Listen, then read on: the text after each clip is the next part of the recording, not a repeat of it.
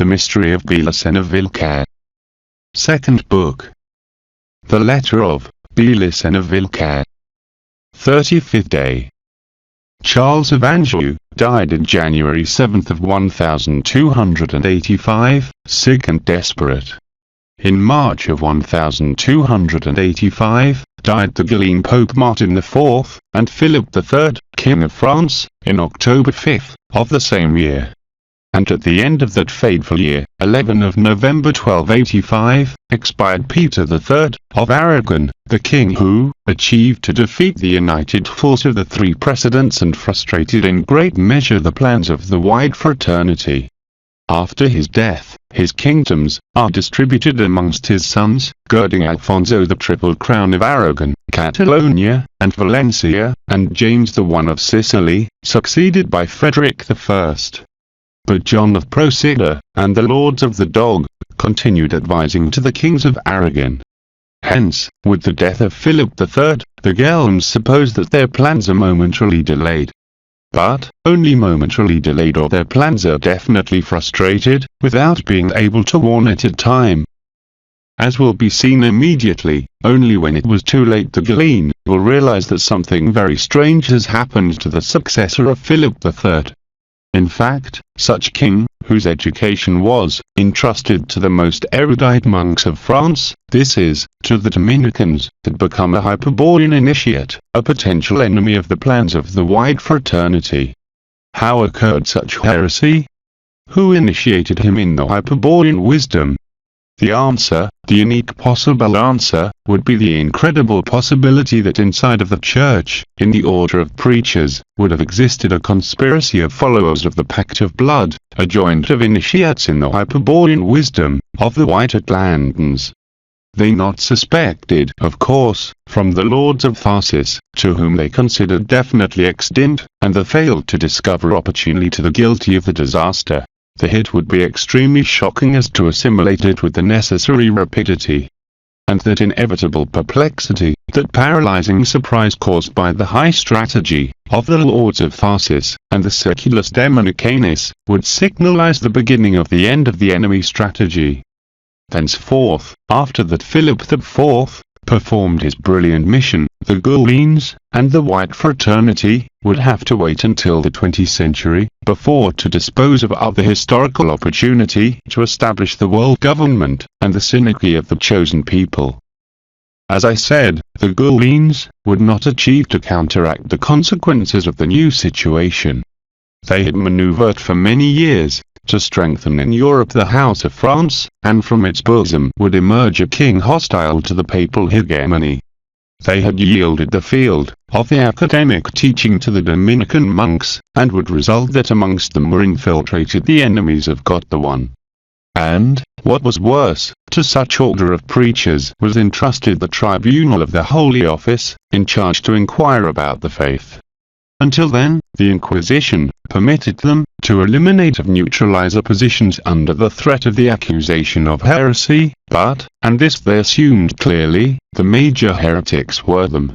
Thence, they should work with caution, if it not, as the jujutsu, the own force of the attackers, could be returned against them.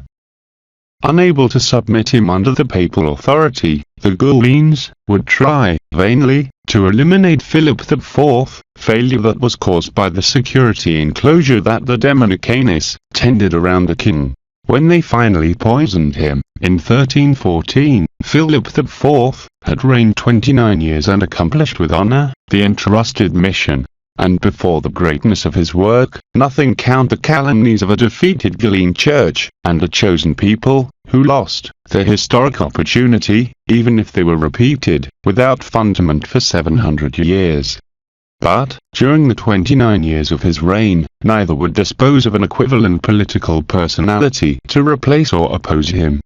The King of England, Edward I, even if he intervened in the European matters, he only did it indirectly in times of Philip the Fair, especially through his allies, the Earl of Flanders and the Duke of Guyenne. His ruthlessness was against the Scots maintains him occupied in the British island. And in Germany, the Guelph Rudolf of Habsburg, elected in 1273, to put end to the interregnum, died in 1291, dedicated to fight against the Ghibellines, and to increase the goods of his house. He was succeeded by Adolf of Nassau, who only reigned for 6 years, engaged in a struggle with the sons of Rudolf, and then continued Albert I, who would concur peacefully with Philip IV, and would agree with him in that the course of the Rhine would be the frontier between France and Germany. Nothing could do the Galeen against this sovereigns to face a personality as the one of Philip the Fair, and we already know what could expect the kings of Aragon and Sicily. I want to show with this, Dr. Setonal, that once the control over the King of France was lost, the strategy at the Gauleans was seriously compromised. For 50 years, the Circulus Dominicanis awaited their opportunity. This was presented with Philip IV, over whom they exercised great influence since his childhood, due to the high number of instructors of the infant that existed amongst them. When Philip III died, his son had 17 years old, and he was initiated in the Hyperborean wisdom in secrecy. It is possible to affirm, then, that when he started to reign, he already disposed of a clear project of his historical mission. And he had also people around him that would advise him and would allow him to execute his ideas. Because it is convenient to distinguish clearly between two objectives, complementary, that are established as goals in that moment. The first is the one proposed by the Circulus Dominicanis, and already explained, that aimed to stop the enemy strategy, and avoid the Gauleans, to fulfill the synarchy of the chosen people. The second objective sprouted from the pure blood of the Philip IV, and consisted, as in the case of Frederick II, in to express on its highest grade the regal function. In regard to the second, must not be forgotten that in every lineage of the Capetians, as in all the Hyperborean lineages, existed a familiar mission impressed by their remote ancestors in times of the fall in a cultural pact. And the lineage of Philip IV was of very pure blood, even if in the last generations they would have been dominated by the priests of the cultural pact, that's to say, by the monks and the Galeen bishops. Such dynasty, indeed, began with the first king of France, Hugh Capet, son of Hugh the Great and grandchild of the Earl of Paris and Duke of France, Robert. This last one was son of Robert the Strong, member of the Royal Saxon House, invested by Charles the Bald, grandchild of Charlemagne, with the title of Count of Anjou, to make that his German troops stop the Normans' attacks. In Philip IV, would reborn, thence, as occurred with Frederick II, a fruit that proceeded of the same Saxon racial root and that was developed in secrecy in the fertile field of the pure blood.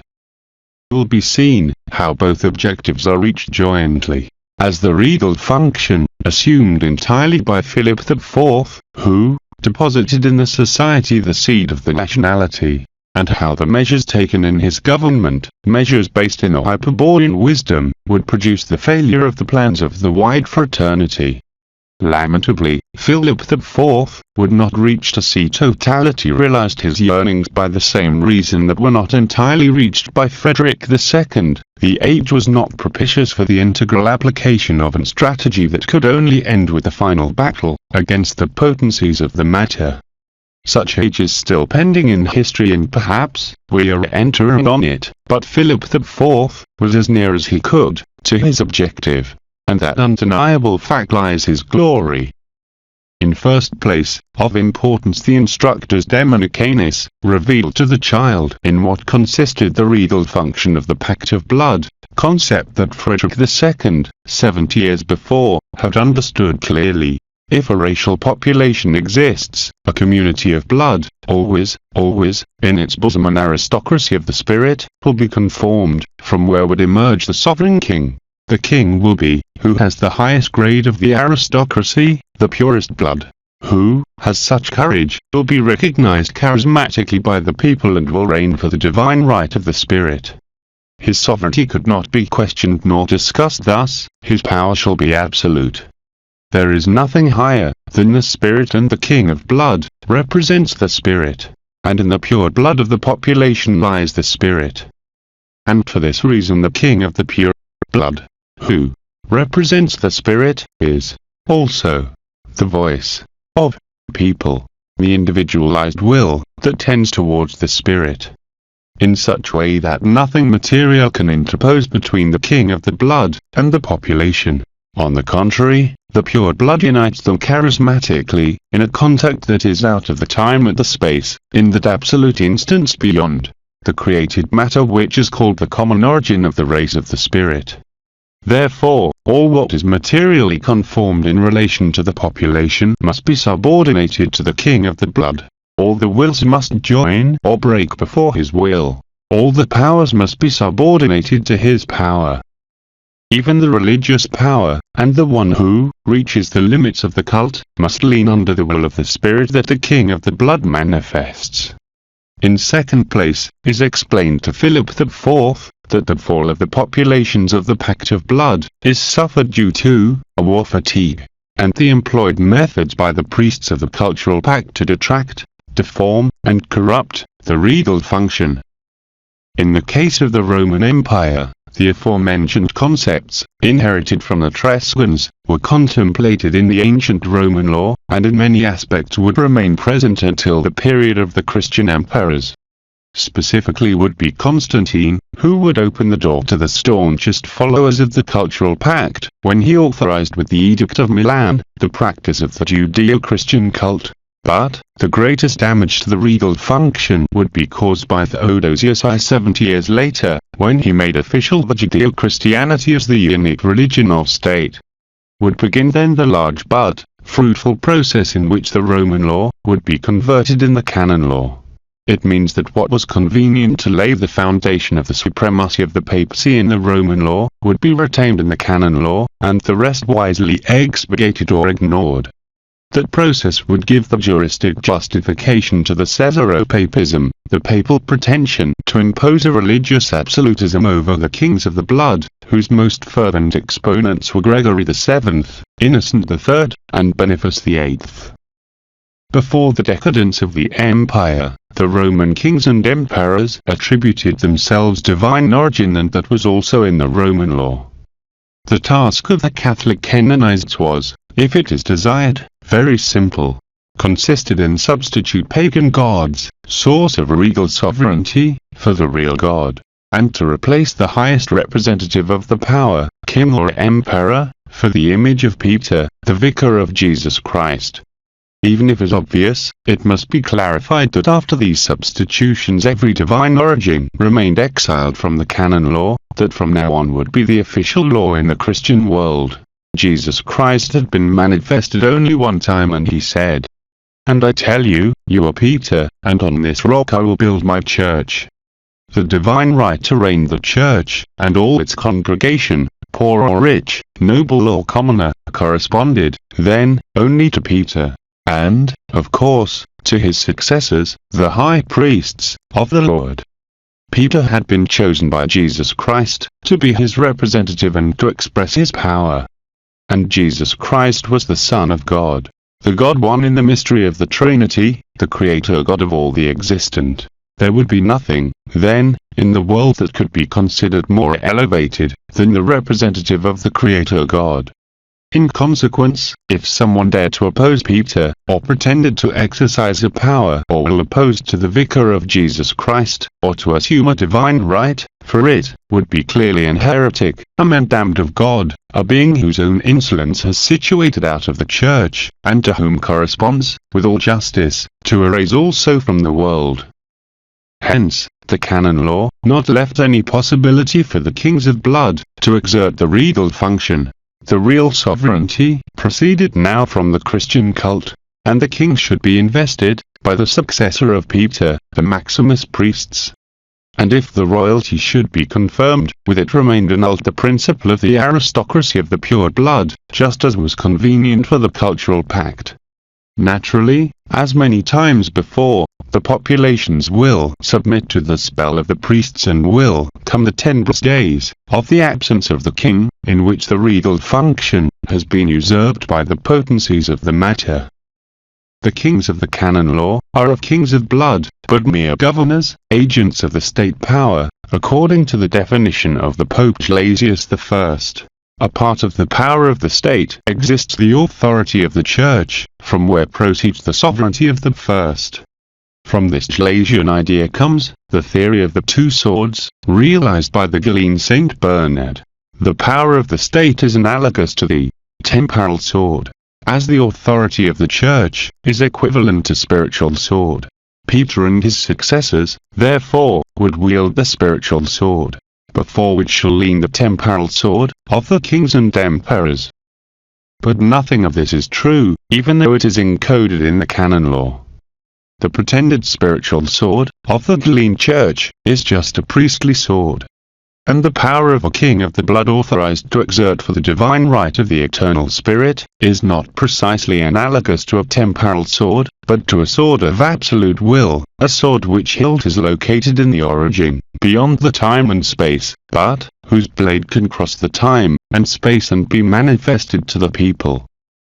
In every case, the king of the blood wields the volitional sword, which action is called honor, and impress with its touches the forms of the kingdom. From those hits of real will, from these acts of honor, will appear the legislation, the justice, and the wise administration of the charismatic state. If Philip IV wants to present himself as king of the blood, clarify the demonic canis, he shall restore previously the regal function, he shall abandon the illusory temporal sword that was imposed to his ancestors by the priests of the cultural pact, and wield the real volitional sword of the lords of the pact of blood, the sword that manifests the absolute power of the spirit. However, the canon law, prevailing until those days, legalizes the hierarchization of the swords according to the cultural pact. First the priestly sword, pontifical; second the temporal sword, regal. It is necessary, then, to modify the juridical existent order, to circumscribe the canon law to the exclusive ambit of the religious and establish a separate civil law. The regal function demands inevitably the separation of the church and the state. Well, in front of this exigency, Philip IV was not in a situation to initiate something totally new, some kind of juridical revolution. On the contrary, the Circulus Demonicanis was preparing the field for it since the times of Louis IX, grandfather of Philip IV. Since those days, in fact, the lords of the dog came influencing in the French court to favor the formation of a whole class of secular legists, whose secret mission would consist in revise and update the Roman law. Philip III, the son of Louis IX, was a king, completely dominated by the Cistercian Galleens, who maintained him in such ignorance that, useful as an example, they never taught to read or to write. His mental structure, skillfully modeled by the Galeen instructors, corresponded more to a monk than a warrior. The lords of the dog never tried to alter this control, because their strategy not passed by him but through his son Philip IV. However, in one moment they achieved to influence in Philip III, for the approval of a law, apparently profitable for the crown, in which was reserved the right to give nobility titles to the secular legists. This juridical instrument was used then to promote many and important demonicanis to the highest charges and magistratures of the court, until then prohibited to all the commoner classes. Those secular legists, belonging to the Circulus Demonicanis, were dedicated with great devotion to their specific mission and, in 1285, they had already developed the fundaments that would allow to build an state, in which the regal function would be over any other power. Philip IV would count then, with a team of advisors and functionaries highly specialized in the Roman law, who would help him faithfully in his confrontation with the Galeen papacy. From the most prestigious universities of France, especially Paris, Toulouse and Montpellier, but also of the order of preachers, and even the new educated bourgeoisie, will emerge the legists that will give intellectual support to Philip IV. Amongst the main of them, the knight Pierre Flet, Robert d'Artois, and the Earl of St. Paul, Touringant de Marigny, coming from the Norman bourgeoisie, as well as his brother, the Bishop Philippe de Marigny, Willem de Plagen, Knight of Toulouse, and Cathar, and Willem de Nogret, member of the family of villagers, who dwelled in the lands of Pedro de Crete, and Valentina, in San Felix de Caraman. His grandfathers had been burnt in Albi by Simon de Montfort, but he professed the Catholicism in secrecy and integrated the Seculus Dominicanis. He was a law professor in Montpellier and in Nimes, before being convened court of Philip the Fair.